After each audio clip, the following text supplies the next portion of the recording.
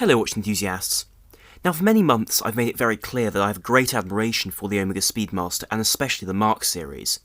And this was a series of Omega Speedmasters made during the 1970s and late 1960s, which are characterised by their very peculiar shaped cases and an incredibly futuristic style. And in many ways I've been very much in denial about wanting to own one of these, and so I've decided to form the resolution that next year I will acquire one of the Mark series, a vintage model hopefully for my collection if I can get hold of a good one. And so as a result, today I would like to talk about this very series, which was designed to replace the Speedmaster Professional as a whole in the Omega range, but sadly never did. And from this range we get some of the most interesting innovations and firsts for Omega and indeed the whole watch industry. And this begins in really 1967 with the story of the Omega Speedmaster Alaska project. And for today's featured post on the Watch Guys, which is my Snups group, which I would encourage you to join to be able to discuss mathsophorology with other enthusiasts, and indeed myself, and ask any questions which I'll endeavour to reply to personally. And today the post which I'd like to talk about is this beautiful picture by S of his JLC Reverso. And this is no normal Reverso, because this is the tribute to 1931 model. And it's a beautiful timepiece with a black dial and that railway style of minute marking around the edge of the dial. And this is the most true to the original model from 1931, and in fact is quite different to the version we normally associate with the Reverso, as far as being a piece with a white guilloche style of dial in a far more Art Deco style of form. And in many ways this reflects the sporting heritage of this watch as the gentleman's sports watch, for use whilst playing polo, with that reversible case, which allows you to protect the face of the watch whilst playing polo, but to be able to quickly flip it the other way to then be able to check the time easily, which was a fantastic idea then and remains so now. And this picture just brings out the light and the details of that watch wonderfully due to the illumination of the case of the timepiece. And so to be able to join the group and enjoy all these additional features, simply follow the link down below to be able to become a member of the Watch Guys, another one of the over 9,000 members now, who are all contributing with interesting details and interesting pictures on a daily basis. Now by 1967, the NASA astronauts were now using exclusively the Omega Speedmaster Professional, and that's to say the reference 145.012 with the 321 calibre, that legendary Omega chronograph calibre. And this was a piece which was originally designed for racing, of course, but had been modified and brought up to date and specification for astronauts, with those crown guards, as well as the protected pushers, and that high legibility dial. And this was a piece which was certified by NASA to be specially prepared to be able to withstand the differences in pressure, in temperature, and also with regards to noise and vibrations that this watch could ever be put through in space. And so as a result, by 1967, Omega thought they would try and produce a model specifically for NASA, in terms of being able to resist extremely high and low temperatures, as well as larger shocks than this watch could, as this was designed to be a terrestrial watch at base. And the oddity that Omega created to update this line was the Speedmaster Alaska project. And it was called the Alaska project because Omega didn't want to give up the game, if you will, as to the fact they were producing a watch that was again to be commissioned for NASA. And so Alaska was merely a code name. And this watch was a very curious piece, because the dial of it seems at first reminiscent of the Speedmaster, but the rest of it is completely different. Because we have this bizarre squared-off titanium case, this fully polished titanium case, which was a real first for the watch industry, because titanium hadn't been used previously. And this case was made out of this material for the simple reason that it was very light and also not very conductive of heat by comparison to stainless steel. And that was very much the defining characteristic of this watch. It was designed to be resistant to temperatures, because watches were very variable in terms of their timekeeping based upon temperature. Therefore Omega decided to place an emphasis on making this watch thermo-resistant.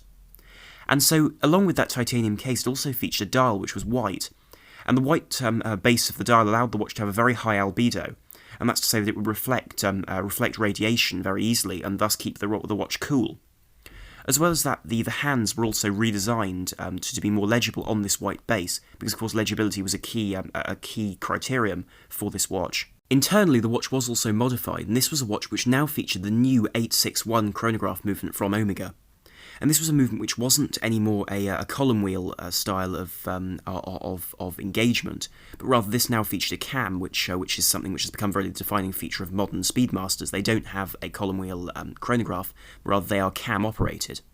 And this does seem to many people as being a step backwards, but in terms of reliability, this was very much a purposeful change. as well as that the lubricants were also changed in order to improve the way the watch would run depending on temperatures. And so it was designed to be able to withstand immense variations in temperature, which is, I suppose, essential for space travel. As well as that, there is the elephant in the room, which is that immense red case. And this red case would slam shut on a hinge around the rest of the watch, unlike the reproduction of this watch produced by Omega a few years ago, where that actually screwed together. But this would close around the watch and would function as a sort of a thermal insulator. And that was an anodized aluminium red case, which was designed for those very properties of being heat resistant, as well as the fact that its surface in that red finish was also another benefit another aspect which benefited its thermo-compensation. However, when Omega used the Speedmaster Professional, that's to say the 145.012, or the standard professional model, on the Moon in 1969, it became very quickly apparent that NASA weren't going to use this Alaska project version, and so as a result Omega had to find some sort of way of recouping the million or so Swiss francs they spent on this watch in terms of research and development. And this meant that Omega very quickly had to find a new application for all these designs and these concepts. And the watch which became the brainchild of this design was the Speedmaster Mark II. And so in 1969, Omega released the Mark II, and this is the reference 145.014, and also features the manual 861 caliber, but now features it in this beautiful tunnel style of case, or barrel style of case, with this sunburst brushing and these polished beveled edges, which make this case a far more modern style of watch to the normal professional without a separate bezel. But rather now the bezel is housed underneath the crystal and floats above the rest of the dial, thanks to this multiple levelling on the dial, which gives this incredible effect of depth to the watch, and in many ways is one of those beautiful versions of the Speedmaster I think I've seen. And in many ways the design of this watch was more suited to more wrists on the basis that this watch had more compact proportions. It was still 41mm in diameter, but was now only 45 from lug to lug, which meant this watch was far more compact and more easily worn, I think, especially in terms of the sloping of the watch as a whole, meaning that cuffs could slip over this. Additionally, the dial of this watch took a real change, because you could of course order this watch with the professional dial, which was to say the black and white dial seen on the normal Speedmaster Professional. However, you could also order the racing dial, which featured a grey base to the dial, and then you also had these wonderful styles of second counters which are staggered over 2 levels, which means that the second hand is more easily seen between seconds, rather than having to strain to try and figure out whereabouts you are. This dial also featured a reduced luminescence on the dial thanks to less tritium being placed there. However, this dual colour style of dial also featured colour coordination, which was in many ways more useful for the purpose of this racing model for the racing driver. Because whereas if you're in space you want luminescence to be able to see the watch very clearly, whereas inside a car you will have lighting, and indeed most racing will be done during the day, and so therefore the use of bright colours is more effective. And here we see all the chronograph sections of the dial being painted in orange, whilst the rest are white, meaning that you can very quickly pick out what you're trying to read and make sure you read the right numbers, which is something very well thought out and really does show Omega's care to make this watch useful for a vast public. This also marks a departure in terms of the Speedmaster, as this model now featured a mineral crystal style of glass, rather than having the original Hesselite, and this meant that it could be flat and have that tachymeter stuck to the underside of it, which was something that simply wasn't possible with Hesselite.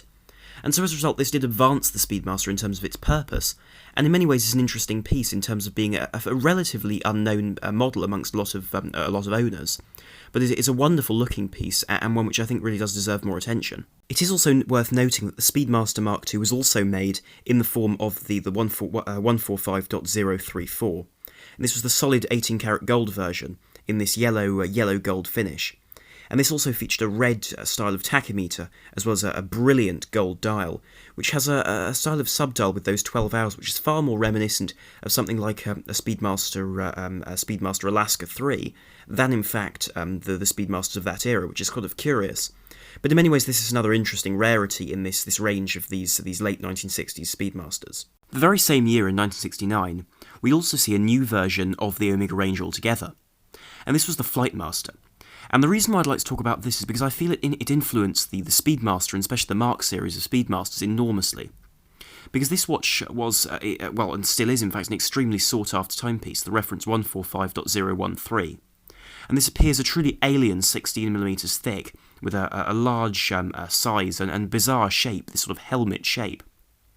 And the dimensions remain 41mm in diameter, but it now has 5 crowns and pushers, with an internal rotating bezel, a 24-hour indicator on one of the subdials, as well as a central second hand, and also a GMT function. And this is all driven from the caliber 910, which is a GMT and 24-hour indication version of the 861. This watch also illustrates the colour coordination we've seen from Omega in that era, because we see different colours applied for different things, with orange and yellow being used for the chronograph, as well as blue for the GMT, and then we also have the day and night hours on the subdial for the 24-hour time.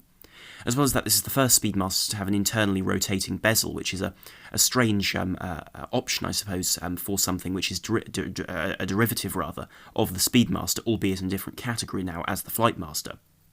And this was worn, in fact, in space by Alexei Leonov, who was a Russian cosmonaut, and was also the unofficial watch worn by a lot of the pilots on the Concorde in 1969 and 1970, because Omega themselves supplied the timing instruments for the Concorde itself, so it only was reasonable to supply the pilots as well. And I must say, now that Omega have released the Mark II in a modern iteration, I think a lot of collectors would appreciate this watch being remade in a modern form, because it really is such a peculiar shape and design, but I think would fit in extremely well with Omega's current interest in innovation and difference from other brands. And the watch whose design benefited immensely from that Flightmaster's was the Speedmaster Mark III. And this can be seen as one of the more complicated and acquired tastes of the Speedmaster design, because this watch was first designed and released in 1971, which strangely enough was a year before the discontinuation of the Speedmaster Mark II. So for a small period of time, these two watches ran against each other in terms of sales. And this watch featured a different style of design, and that was based primarily around the movement, because this watch no longer featured the caliber 861, but now featured the caliber 1040 from Lemania, which for the Lemania categorization was the 1340. And this was a joint venture between Omega and Lemania, hence the fact that it had a movement which is really undisputably Lemania based. It's not been modified at all by Omega. And this was a strange bicompax layout with the date, which was also a first, and now featured these two subdials at 6 and 9, but had multiple functions for each of these. And the watch featured hands in a way which weren't previously seen, and in many ways are more intuitive to read. Because at the centre of the dial we have the 2 hour and minute hands, as well as the chronograph seconds and minutes on a larger style of hand underneath in orange. And that secondary minute hand meant that you could very quickly read the minutes and seconds from the centre of the dial and be able to take a view of those at a glance. Additionally, the hours remained at 6 o'clock in their traditional positioning, and with a very traditional style of subdial, which was very clear and legible. It was at 9 o'clock that we see real innovation, because here we see two things. We see from that central hand the running seconds of the watch, so you could keep time accurately. But also we do see this sunken ring or plate, which turns around the same axis, and this shows you the time on the 24-hour clock, which is very helpful if, of course, you're using this as, for example, a space watch, or indeed a pilot's watch, because it does mean that you can very quickly gauge these things without having to judge these, bearing in mind the fact there's no day or night in space. However, the real brilliance of this watch was that this watch was the first Speedmaster to feature an automatic movement. And that automatic Lemania 1340, or in Omega's nomenclature, the 1040, was a movement which had 22 jewels and of course ran all of these additional features in terms of that strange layout on the dial. And this marks departure for the Speedmaster, because it meant that this was really providing something different to the normal professional, in terms of offering a far more modern watch in terms of the features it offered, and the versatility and functionality, bearing in mind that automatic winding. And the Flightmaster comes in 3 rather peculiar styles of case, because we see them categorised into A, B and C variants in terms of the way they're often referred to.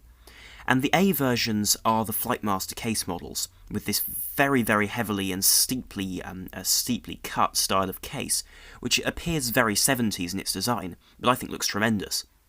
Because this style of case provides an excellent raise above the wrist, and provides enough depth on the dial to accommodate all of those hands.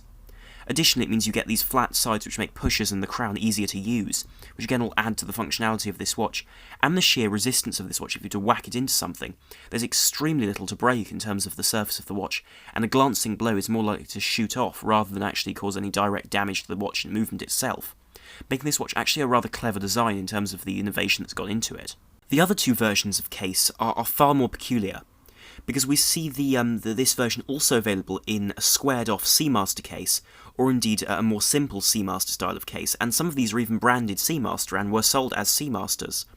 But in many ways they are far closer to the Speedmaster than they are the Seamaster, as they feature the same 1040 movement and the same dial.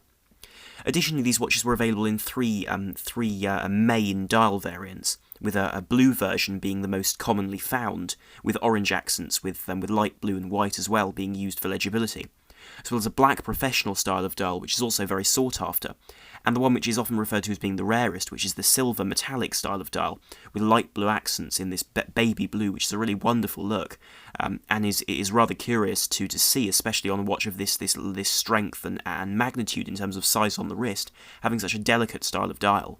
After the discontinuation of the 41 by 16mm thick Mark III in 1972, we see the release of the Speedmaster 125 in 1973, which is only made that year. And this is a piece which I think is greatly underappreciated, which is, I suppose, one of those difficult models to own, because it's such a timeless piece. I feel the design of this watch is really excellent, and whereas the Mark III, for example, looks very heavily dated, this watch I feel looks contemporary to the modern day. And this is a model with the reference 378.080i, and this is a model which was designed to commemorate the 125th anniversary of Omega. And it features a few innovations which are very, very impressive and very, very clever. Now, the case of this watch is 42mm in diameter and is this squared-off, fully brushed style, which I think works very well with the polished elements on the dial, as well as that more complex layout in terms of the number of features which are displayed. And in some ways this appears to be a continuation of the Mark II style, with that tunnel style of case, albeit squared off now to accommodate an integrated bracelet, and also the idea of having a professional style dial as the primary style, with this floating tachymeter underneath the crystal.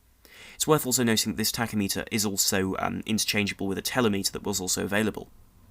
Additionally, this watch features the caliber 1041, and this is a variation of the 1040, which now features a few changes, which are a new rotor, a new chronograph bridge, a new main plate, and also it's adjusted for temperature and adjusted in 5 positions, making it a chronometer. And this was indeed the first automatic chronograph ever made, which adds to the value and interest of this timepiece as a commemorative timepiece in the history of the Omega Speedmaster. Now, ignoring the 2 or 3 quartz models produced in the early 1970s, this watch was, during its time, the only sort of experimental Mark version, though it wasn't technically a Mark variant of the Speedmaster. This version did stand alone, really, because of course the Mark III was discontinued in late 1972 or early 1973. And so as a result, this watch did represent Omega as a brand, and so as a result, making it this automatic chronometer was something that Omega needed in terms of promoting themselves. Additionally, this watch features one of the cleverest innovations I've seen in the Speedmaster range, and one which is reused later on in the era of this Mark series, because we see an inner case which is removable from the outer brushed case, and you see that polished ring around the crystal. That is the inner case which can be popped out of the back of this external case which is attached to the bracelet, and put into a new case if damage befalls the rest of the watch. And this meant that you could very quickly repair this watch, I suppose, or at least replace parts, in a way which simply was unprecedented. In truth, however, the real successor to the Mark III is the Mark IV, and this model was released in 1973, following the discontinuation of the Mark III, and alongside the 125.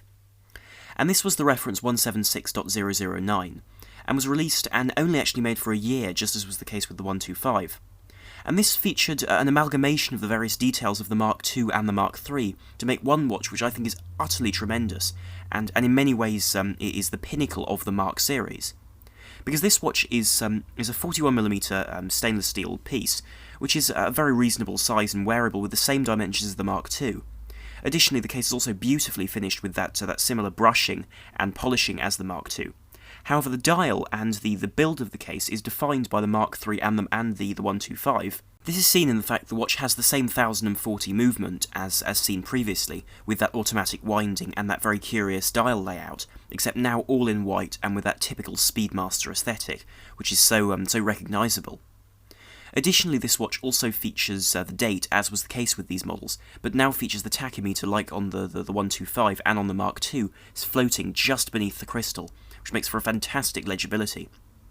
Additionally, it also features the case build of the 125, and that's the fact that this case is an outer shroud, so you can actually lift the Mark II case off the watch itself after detaching it to reveal this smaller encased movement crystal and dial, which all sit within a watertight and anti-magnetic box, if you will, to be interchangeable between cases, which is a brilliant idea, and I think is something which would be nice to see in modern watches, because it would make things like refinishing a watch, or indeed simply cleaning it out, much easier. And in many ways, this is the timepiece which I would have expected to replace the Professional, in terms of being the space watch, because this seems like the point at which actually the Mark series have reached their pinnacle in terms of offering more than the standard watch, in terms of being a more practical, more functional, and easier to use timepiece as a whole.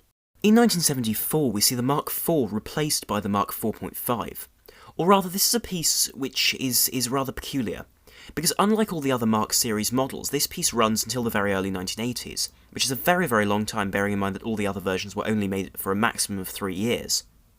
And this version features a design which is at first not actually a Mark series model, because this isn't designated as the Mark 4.5, it's merely become known as that because it sits between the Mark IV and the Mark V. And this piece features the same style of tonneau style of case as the Mark IV, and in fact is the same size and dimension. Additionally, it has the same drop-out mid-case as the Mark IV, and a very similar layout in terms of the bracelet and the general aesthetic of the watch. However, the movement is what sets this watch apart, and presents it as one of the most advanced models in this range. And this is a watch which features the Lemania 5100, or the Omega Caliber 1045. And this is a version of the previous model from Lemania, which in fact features a few changes. So it now features a day-date layout with those indicated at 3 o'clock, as well as the fact that the layout of the dial has been changed, because now we have a tricompax layout, whereby you have the chronograph hours at 6 o'clock, at 9 o'clock you have the running seconds, and at 12 o'clock you have a 24-hour counter. Additionally, we also see the minutes of the chronograph displayed on that central axis, as well as the seconds. And the reason why I often refer to the Mark IV rather than the Mark 4.5 being the pinnacle of these watches is because I simply feel the legibility of this watch is compromised by the fact that there's so much going on at 12 o'clock.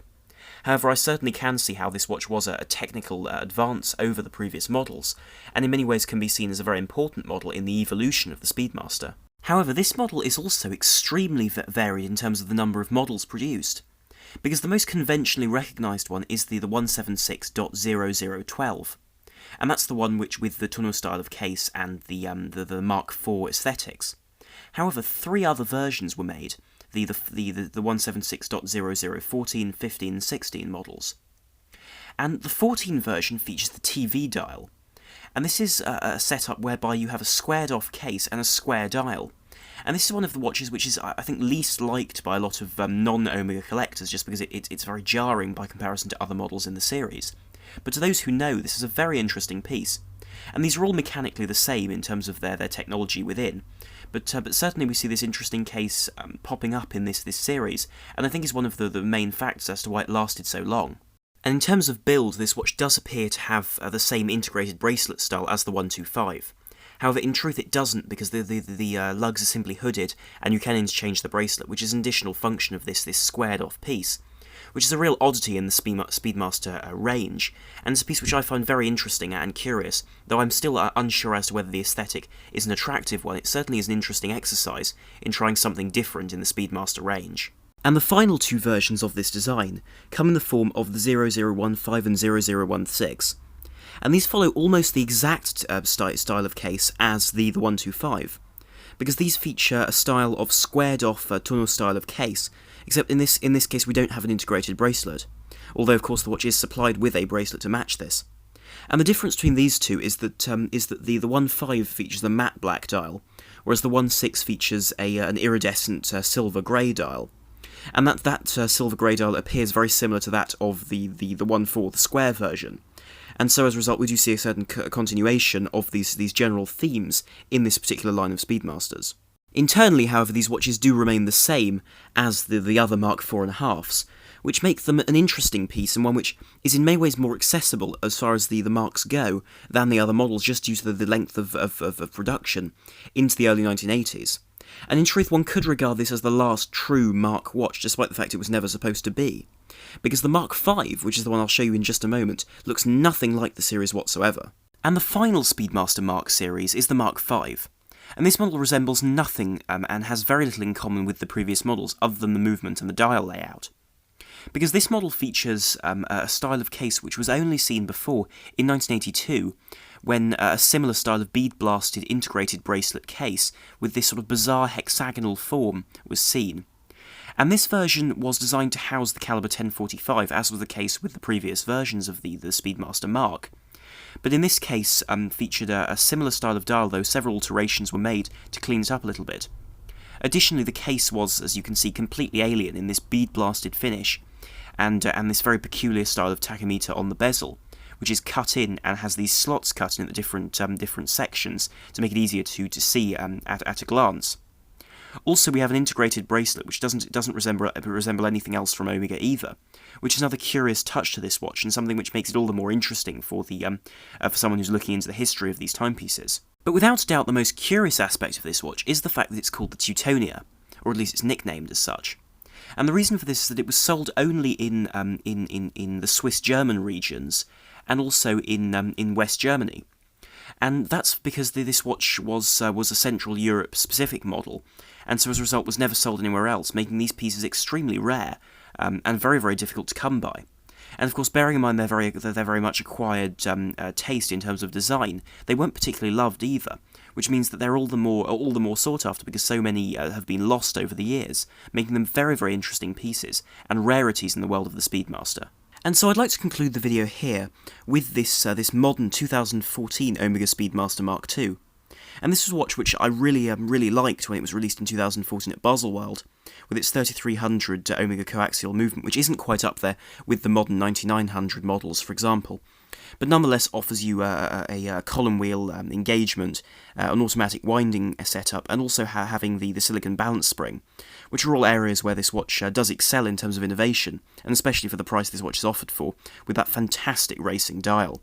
And so please do leave your comments down below as to whether there are any watches in this video that you found particularly interesting, or if there are any of your favourites in this video.